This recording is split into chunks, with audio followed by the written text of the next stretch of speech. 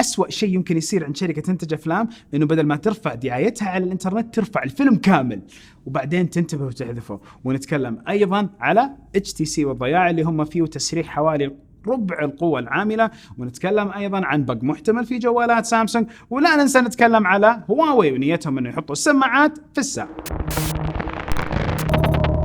السلام عليكم ورحمة الله وبركاته. أخوكم فيصل السيف وحلقة جديدة من العلوم والتقنية. ونتكلم أول شيء عن خبر كريم وأوبر. كريم وأوبر في احتمالية ضخمة أنهم يتحدوا سوا في المملكة العربية السعودية، ويمكن أكيد يعني العالم العربي يكون أنهم يصيروا شركة واحدة بخدمات أفضل وأرقى، ونقدر نقول يجمعوا أجمل ما بين العالمين حق أوبر وكريم، وإن شاء الله يمحوا كل الأغلاط والمشاكل الموجودة في كل من الشركات. هذا شيء طبيعي في كل الشركات لما تتحد مع بعض. أنت شخصيا هل ترى أنه من الجيد والحسن أنه شركة أوبر وكريم يتحدوا مع بعض، أو تبغى شركات أكثر لزيادة المنافسة في نفس القطاع؟ وهنا ننتقل للزهايمر ونتكلم على دراسة جديدة توضح أنه في نقدر نقول بوادر أمل جميلة، بحيث أنه يكون الإسبرين أحد الأشياء المساندة في تقليل من ضرر الزهايمر وتآكل نفس الخلايا الدماغية، ونقدر نقول ضمورها وتدميرها يكون لأسباب كثيرة. أحد أهم هذه الأسباب هو وجود نفس المواد السمية في العقل أو في الدماغ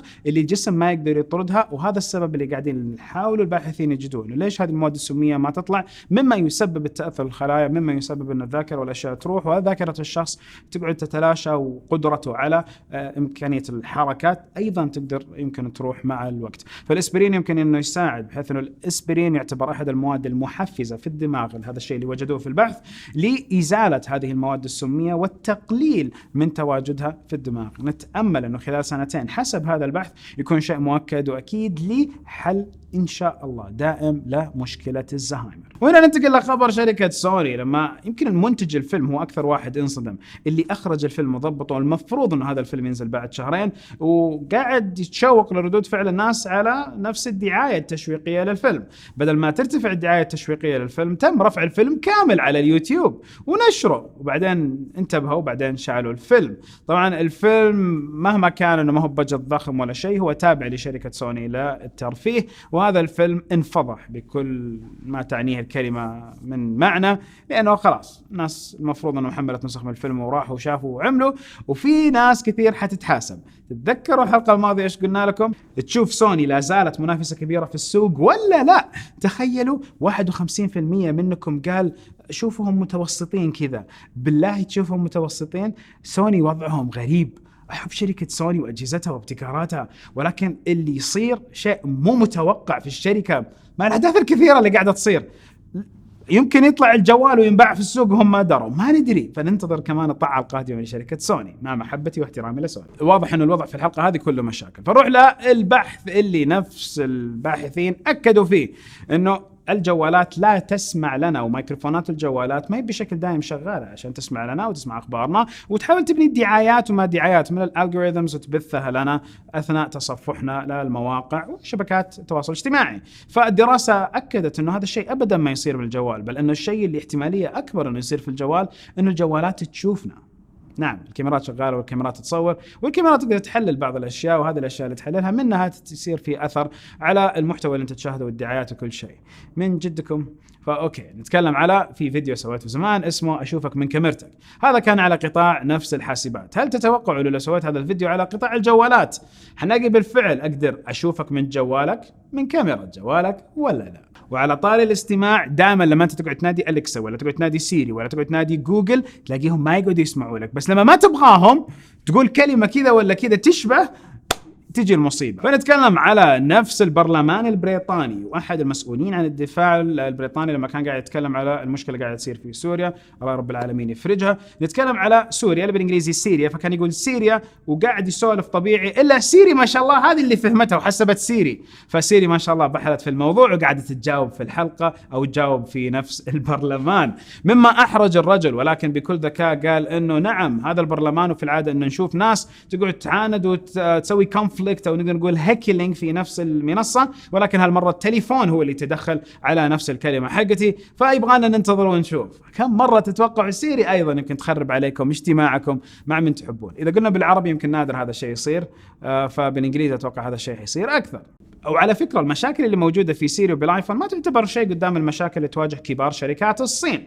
فمثلا اكبر شركه موجوده للاتصالات في الصين وثالث شركه عالميا بعد فرايزن وتي موبايل هي شركه تشاينا موبايل، تشاينا تيليكوم. تشاينا تيليكوم نفسها تبغى تصير مشغل موجود في امريكا، تبغى تدخل السوق الامريكي. ففي تقرير الاف سي سي وضحوا انه نعم شركه الصين الاتصالات هذه تعتبر خطر قومي علينا، فاكيد يمنع دخولها للسوق الامريكي، ولن تكسب ان تكون اوبريتور مشغل في السوق الامريكي. هذا الشيء له اكثر من زاويه، فالزاويه الواقعيه اكثر اشوفها مع كل التحديات اللي قاعده تواجه الاقتصاد الامريكي. بالتاكيد لما يجي اي اقتصاد خارجي بيحاول يحط سلع او بضائع تقلل من الايرادات في نقدر نقول المورد المحلي، اكيد حيقولوا له لا.